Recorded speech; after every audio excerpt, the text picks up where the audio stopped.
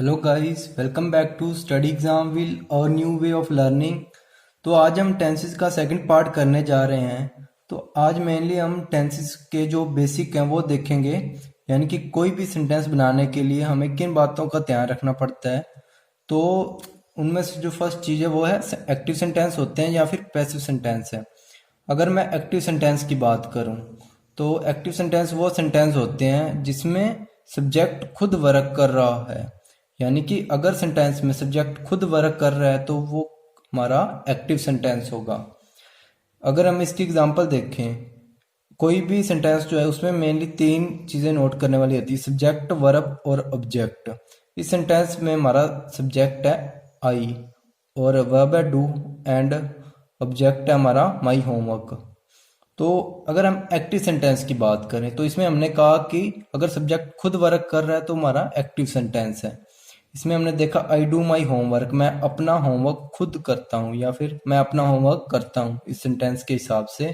तो इसमें जो हमारा सब्जेक्ट है वो अपना काम खुद कर रहा है, यानी कि इस सेंटेंस में जो हमारा सब्जेक्ट है वो खुद एक्टिव है, यानी कि एक्टिव है और अपना काम कर रहा है। तो ये हमारा हुआ एक्टिव सेंटेंस।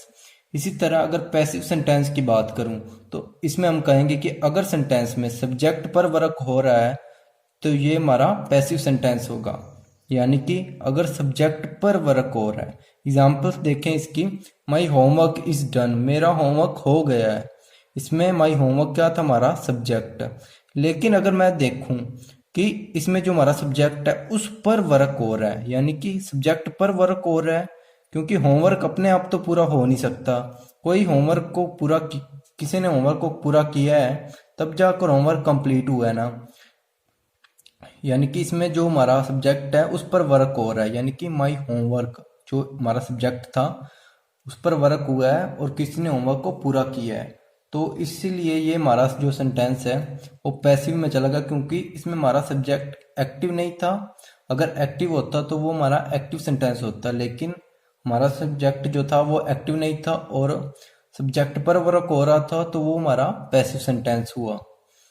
क्लियर, इसको ध्यान में रखें।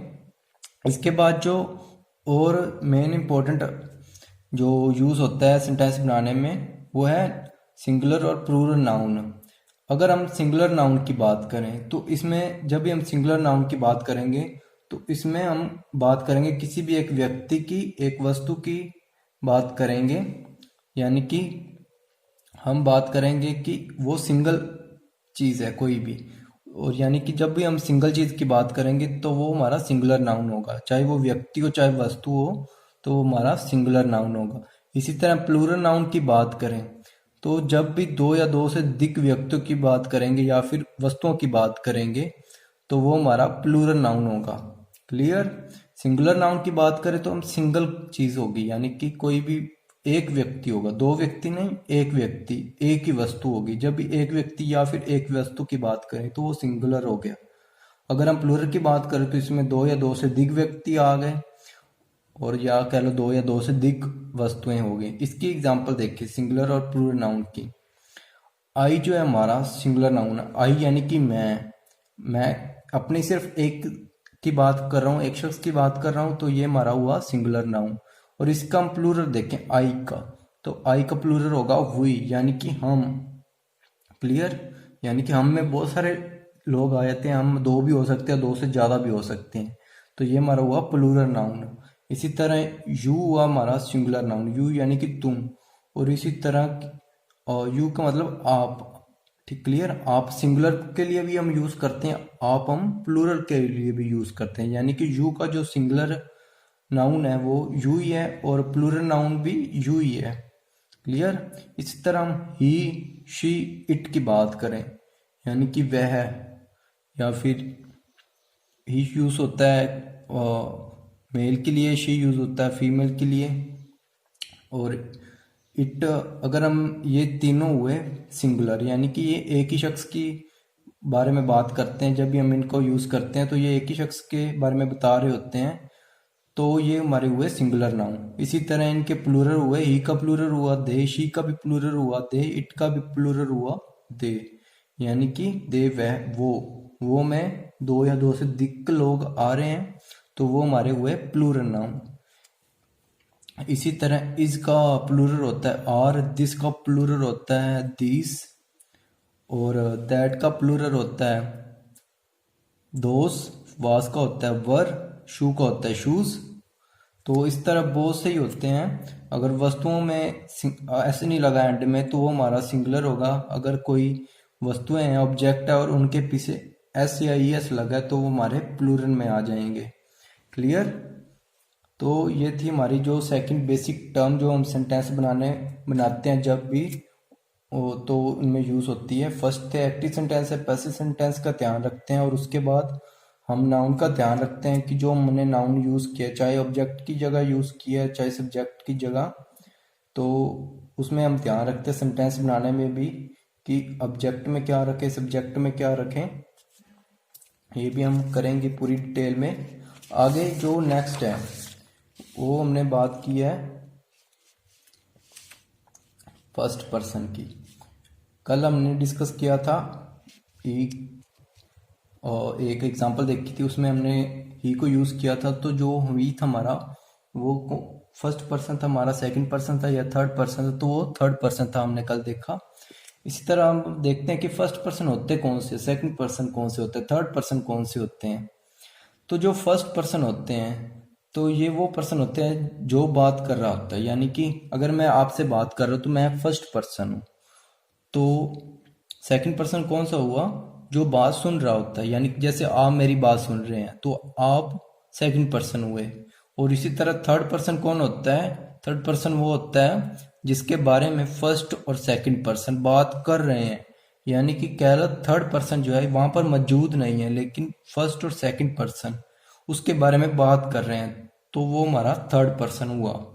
फर्स्ट पर्सन की बात करें, यानी कि जो बात कर रहा होता है, तो उसमें जो सब्जेक्ट हम यूज करते हैं, अगर सिंगुलर सब्जेक्ट यूज करते हैं जैसे आई, यानी कि मैं। क्लियर? यानी कि मैं बात कर रहा हूं और मैं सिंगुलर हूं। अगर सब्जेक्ट प्लूरल हो तो हम वही का यूज करते हैं, यानी कि हम दो लोग किसी दूसरे शख्स से बात कर रहे हैं तो उस केस में हम वही का यूज करेंगे। सिंगुलर सब्जेक्ट में हमने देखा कि हम आई का यूज करते हैं। एग्जांपल है इसकी, आई एम वर्किंग हियर, मैं यहाँ काम करता हूँ, मैं यहाँ काम कर रहा हूँ। और इसमें आई क्या हमारा सब्जेक्ट, और एम क्या है? Helping verb. ये सिंगुलर सब्जेक्ट और प्लूरल सब्जेक्ट का यूज हम इसीलिए करते हैं ताकि हम हेल्पिंग वर्ब चूज कर सकें कि कौन सी लगानी है। क्योंकि आई जो है हमारा सिंगुलर सब्जेक्ट है तो इसलिए हमने एम का यूज किया है। यानी कि जो हमने हेल्पिंग वर्ब यूज की है वो भी हमने सिंगुलर ही यूज की है। और इसी तरह प्लूरल सब्जेक्ट हमने देखा कि वही क्या है हमारा प्लूरल सब्जेक्ट। इसी तरह कोई एग्जांपल आ जाए, वी आर वर्किंग हियर, इसमें हमने जो हेल्पिंग वर्ब यूज की है वो भी हमने सब्जेक्ट को देखकर ही यूज की है, क्योंकि हमारा सब्जेक्ट जो है वो भी प्लूरल है तो हेल्पिंग वर्ब भी हमारी प्लूरल ही यूज होगी यहाँ पर। क्लियर? इसके बाद अगर हम सेकंड पर्सन की बात करें, यानी कि जो बात को सुन रहा होता है, उसमें हम देखते हैं कि सिंगुलर सब्जेक्ट भी होता है और प्लूरल सब्जेक्ट भी होता है। जो सिंगुलर सब्जेक्ट है वो है यू, और प्लूरल सब्जेक्ट भी यू ही होता है। यानी कि अगर मैं आपसे बात कर रहा हूं, अगर मैं आपको कहूं कि आप अच्छे हैं, तो ये था आपके लिए। अगर मैंने 5-6 लोगों को कहना हो आप अच्छे हो, तो अब भी मैं यू का यूज करूंगा। एक तो अगर मैं कहूं आप अच्छे हैं तो ये आपके लिए, आप अच्छे हैं तो ये 5-6 लोगों के लिए भी यूज हो सकता है और एक शख्स के लिए भी। इसलिए इसका सिंगुलर सब्जेक्ट भी यू है और प्लूरल सब्जेक्ट भी यू है। और यू के साथ हम हेल्पिंग वर्ब प्लूरल यूज करते हैं। Clear? You are good, example है इसकी, आप अच्छे हैं। इसी तरह मैं थर्ड पर्सन की बात करूं, यानी कि वो पर्सन जिसके बारे में फर्स्ट और सेकंड पर्सन बात कर रहे हैं, तो इसमें जो सिंगुलर सब्जेक्ट है वो है ही और शी। और प्लूरल सब्जेक्ट की बात करूं तो वो है दे। यानी कि अगर सब्जेक्ट में ही और शी लगा तो समझ लो कि वो सिंगुलर है, अगर दे लगा है तो वो है प्लूरल। ही शी हुआ यानी कि वह, और दे हुआ वो। क्लियर? दे यानी कि वो, ही शी का मतलब वह। सिंगुलर सब्जेक्ट में अगर हम एग्जांपल देखें, she was working in office, यानी कि वह ऑफिस में काम कर रही थी। तो इसमें शी क्या हमारा सिंगुलर सब्जेक्ट, तो इसके साथ जो वर्ब यूज होगी हेल्पिंग वर्ब वो भी सिंगुलर होगी। तो इसलिए हमें हमारे फर्स्ट पर्सन, सेकंड पर्सन और थर्ड पर्सन को हमने ध्यान में रखना है ताकि हम हेल्पिंग वर्ब को चूज कर सकें। ये मैं बाद में बता दूंगा कि हेल्पिंग वर्ब प्लूरल कौन सी है, सिंगुलर कौन सी, किसके साथ यूज करनी है, कब करनी है। इस तरह हम प्लूरल सब्जेक्ट की बात करूं, यानी कि दे, इसकी एग्जांपल देखूं, दे वर वर्किंग इन ऑफिस, वो ऑफिस में काम कर रहे थे, यानी वे आना था यहाँ पे, वे ऑफिस में काम कर रहे थे। इसमें वे जो है वो एक के लिए यूज नहीं हुआ है, वो बहुत लोगों के लिए यूज हुआ है। इसलिए इसके साथ जो हेल्पिंग वर्ब हमने यूज की है वो हेल्पिंग वर्ब हमने प्लूरल यूज की है, क्योंकि सब्जेक्ट जो है हमारा यानी कि दे जो है वो प्लूरल है, तो हमने हेल्पिंग वर्ब को भी प्लूरल यूज किया, यानी कि वर्ब। तो ये थे first person, second person, third person, यानी कि ये थर्ड बेसिक हो गया किसी भी सेंटेंस को बनाने के लिए हम जिन बातों का ध्यान रखते हैं। इसी तरह जो फोर्थ चीज हमने नोट करनी है सेंटेंसेस में वो है टाइप्स ऑफ सेंटेंसेस। तो जब भी हम टाइप ऑफ सेंटेंस देखते हैं तो इसकी मेनली 4 टाइप्स हैं, असर्टिव या कह लो declarative sentence, imperative sentence, interrogative sentence और एक्सक्लेमेटरी सेंटेंस। अगर हम असर्टिव और डिक्लेरेटिव सेंटेंस की बात करूं तो ये वो सेंटेंस होते हैं जिसमें हम कुछ डिक्लेयर कर रहे होते हैं या कुछ बता रहे होते हैं, और ये जो सेंटेंस की एंडिंग है ये हमेशा फुल स्टॉप के साथ होगी, यानी कि हम एंड में फुल स्टॉप का यूज करेंगे। इसमें हम एग्जांपल देखें, I am going to Delhi tomorrow, इसमें मैं बता रहा हूँ कि मैं कल दिल्ली जाऊंगा। तो ये हमारा जो हुआ असर्टिव या फिर डिक्लेरेटिव सेंटेंस हुआ। और एक बात है, असर्टिव और डिक्लेरेटिव को हम अगर पॉजिटिव है सेंटेंस, जैसे ये सेंटेंस है, तो अगर पॉजिटिव है तो इसको हम अफर्मेटिव सेंटेंस भी कहते हैं। इसको असर्टिव, डिक्लेरेटिव और अफर्मेटिव कहेंगे अगर पॉजिटिव हुआ तो, अगर नेगेटिव हुआ तो उसको हम सिर्फ असर्टिव और डिक्लेरेटिव सेंटेंस कहेंगे। जैसा इस एग्जांपल में देखें, I am going to Delhi tomorrow, ये पॉजिटिव सेंटेंस था, इसमें कोई भी नोट का यूज नहीं किया हुआ, यानी कि इसमें कोई भी नेगेटिव वर्ड नहीं है, तो ये जो सेंटेंस हुआ ये अफर्मेटिव भी हुआ। असर्टिव और डिक्लेरेटिव तो हुआ ही हुआ, अफर्मेटिव भी हुआ। इसी तरह इसकी एक और example, my name is Mandeep, ये भी अफर्मेटिव हुआ या कह लो असर्टिव हुआ या फिर कह लो डिक्लेरेटिव हुआ। अगर मैं इस सेंटेंस में नोट का यूज कर दूं, I am not going to Delhi tomorrow, तो क्या ये अफर्मेटिव होगा? बिल्कुल नहीं होगा। अगर मैंने I am not going to Delhi लिख दिया तो क्या ये अफर्मेटिव होगा? बिल्कुल नहीं होगा। क्यों नहीं होगा? क्योंकि इसमें मैंने नेगेटिव चीज को यूज किया, और नेगेटिव जो है अफर्मेटिव नहीं होते लेकिन असर्टिव और डिक्लेरेटिव होते हैं। इसी तरह नेक्स्ट सेंटेंस की टाइप है इम्पेरेटिव सेंटेंस। इसमें हम बात करते हैं जब भी हम कभी ऑर्डर देते हैं, कमांड देते हैं, या फिर विनती करते हैं, रिक्वेस्ट करते हैं, या किसी को सलाह देते हैं, एडवाइस देते हैं, या फिर ऑर्डर देते हैं, तो इस सेंटेंस को हम कहेंगे इम्पेरेटिव सेंटेंस। इसकी एग्जांपल है प्लीज हेल्प मी, इसमें हम रिक्वेस्ट कर रहे हैं। गो टू यूर रूम, ये नेक्स्ट एग्जांपल है, go to your room now, यहाँ पर हम ऑर्डर दे रहे हैं। तो इस तरह के सेंटेंस जो होते हैं वो होते हैं imperative sentence.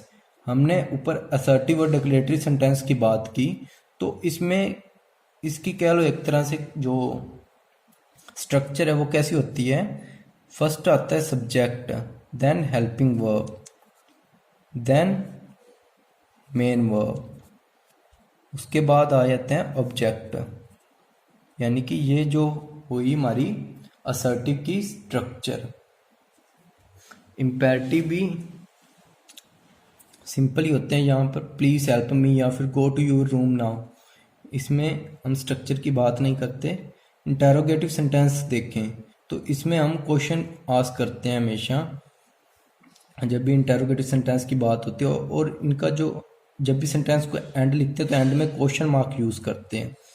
Interrogative sentence mainly दो टाइप की होती हैं। एक वो होते हैं सेंटेंस जिसका जवाब जो होता है हमेशा यस और नो में दिया जा सकता है, और दूसरे वो होते हैं जिनको थोड़ा एक्सप्लेन करना पड़ता है। वो मेनली WH फैमिली से होते हैं, यानी कि वेयर, हुम, वाई, व्हेन, इस तरह के सेंटेंस का स्टार्टिंग में इनका यूज़ हुआ या बीच में, तो हमें थोड़ा सा एक्सप्लेन करना पड़ता है उस चीज़ को, कोई हमसे क्वेश्चन पूछता है तो। इस तरह के यस और नो में तो सिर्फ हमें यस और नो ही करना होता है कुछ क्वेश्चन में। जैसे एग्जांपल है इसकी, do you like to play football, इसमें हम कह देंगे यस या फिर नो, यानी कि इसका जो जवाब है वो हम सिर्फ यस और नो में देते हैं। अगर WH फैमिली वाले हैं, यानी कि डबल इंटेरोगेटिव सेंटेंस है जो, इनको हम डबल इंटेरोगेटिव सेंटेंस भी कहते हैं WH फैमिली वालों को। इसकी एग्जांपल है वेयर डू यू लिव, इसमें हमें बताना पड़ेगा I am live in Fazilka, I am live in Delhi.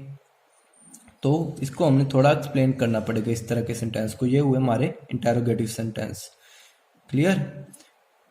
और इसमें जो स्ट्रक्चर है, इसमें डू या डज कह लो या फिर कह लो हेल्पिंग वर्ब को हम पहले यूज़ करते हैं, फिर आता है सब्जेक्ट, फिर आता है मेन वर्ब और उसके बाद ऑब्जेक्ट। क्लियर। ये इंटेरोगेटिव सेंटेंस की स्ट्रक्चर, पहले आएगी हेल्पिंग वर्ब, फिर आएगा सब्जेक्ट, फिर मेन वर्ब और लास्ट में ऑब्जेक्ट। और इसमें बात करें, इसमें WH फैमिली को हम पहले लिखेंगे और उसके बाद हम मेन वर्ब को लिखेंगे और उसके बाद सब्जेक्ट, और उसके बाद ये हम बाद में डिस्कस करेंगे। एक्सक्लामेटरी सेंटेंस की बात करूं, अभी हमने सिर्फ टाइप भी देखनी है इनकी।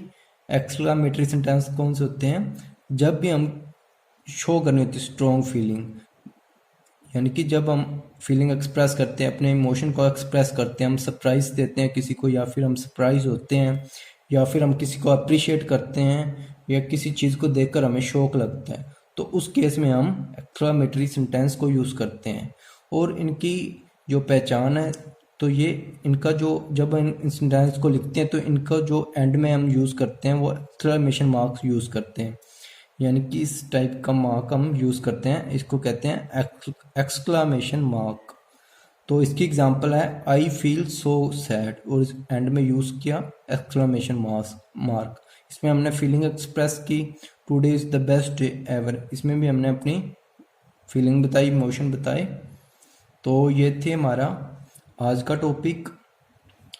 हमने आज डिस्कस किया एक्टिव सेंटेंस कौन से होते हैं, पैसिव सेंटेंस कौन से होते हैं, और उसके बाद हमने डिस्कस किया सिंगुलर नाउन, प्लूरल नाउन, और उसके बाद हमने डिस्कस किया फर्स्ट पर्सन, सेकंड पर्सन और उनका यूसेज कहाँ पर होता है, और एंड में हमने डिस्कस किया टाइप ऑफ सेंटेंसेस, यानी कि मेनली 4 टाइप डिस्कस की, असर्टिव और declarative, imperative sentence, interrogative sentence, exclamatory sentence, और उनकी स्ट्रक्चर देखी कैसी होती है। जैसे असर्टिव में हम सब्जेक्ट को पहले लिखते हैं, बाद में हेल्पिंग वर्ब और बाद में उसके मेन वर्ब और एंड में ऑब्जेक्ट।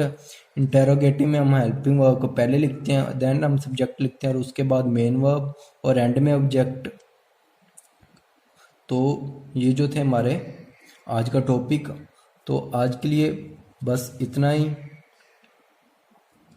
तो कल हम डिस्कस करेंगे इनकी टाइप्स, जो हमने डिस्कस की थी प्रेजेंट की टाइप्स जो 4 थी, पास्ट की जो 4 टाइप थी टेंस की, और फ्यूचर की जो 4 टाइप थी वो हम डिस्कस करेंगे। तो आज के लिए बस इतना ही। जिनको भी लेक्चर अच्छा लगा वो चैनल को सब्सक्राइब कर दें और साथ में बेल आइकन को भी प्रेस कर दें, ताकि आने वाली वीडियो की अपडेट आपको टाइम पर मिल सके। तो आज के लिए बस इतना ही। Thank you.